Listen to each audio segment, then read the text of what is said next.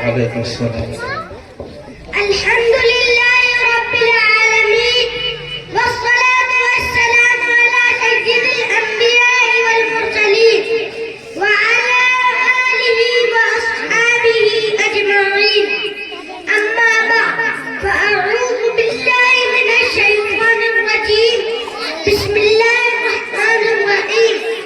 وأنتم الأعلون إن كنتم مؤمنين. ومعززت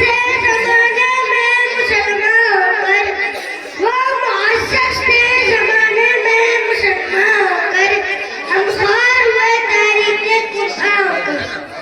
محترم بزرگوں اور دوستوں، آج میری گفتگو کا موضوع مسلمانوں کی تباہی اور اس کا علاج. آج کے اس موضوع کے تحت ہم اپنے جاندار موضوع پر ایک نظر ڈال کر مستقبل کی تعمیر و ترقی کے سامان تلاش کریں.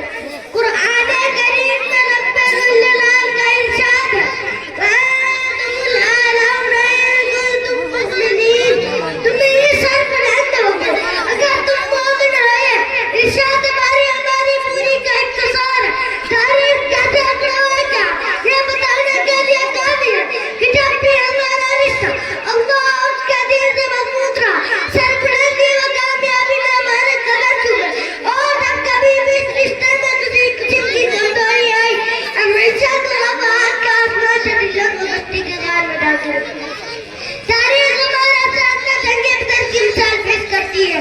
جنگ بدر میں جو کامیابی ہوئی وہ صرف رشتے کی مضبوطی سے ہوئی، ورنہ اگر کامیابی ہوتی تو کفار مکہ کو ہوتی.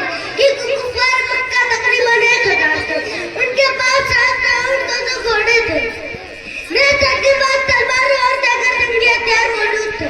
ادھر ابو جہل، عتبہ، شیبہ، ولید، حنظلہ، امیہ ابن خلف، عبد المطلب جیسے شجاعت کے پیکر اور بچانے مسلمان پیدل و سامان وہ تعداد 313. سواری کے لیے کل 2 گھوڑے، 70 اونٹ، ایک پر 3 جاتے رات میں سوار ہیں اور بعض زبان علی سر کر رہے ہیں. اور کسی کے پاس نیزہ اور کمان ہے تو تلوار نہیں، اور کسی کے پاس تلوار ہے تو نیزہ اور کمان نہیں. بکھرے تو پھر زمانے کی ٹھوکر میں آ گئے. بکھرے تو پھر زمانے کی ٹھوکر میں آ گئے. جب متحد ہوئے تو زمانے میں چھا گئے. تعداد یوں تو 313 کی تھی مگر جب ہم قدر ہوئے تو ہزاروں میں چھا گئے. الغرض جنگ کے اندر جتنی افواہ اور جتنی چیزوں کی ضرورت تھی وہ جب کفار مکہ کو حاصل تھی. لیکن جب لڑائی شروع ہوئی تو کفار مکہ کو گاجر اور مولی کی طرح کاٹا جا رہا تھا. کفار مکہ کا سب سے بڑا دشمن ابو جہل آگ اور بہت بچوں کے ذریعے سے مارا جاتا ہے.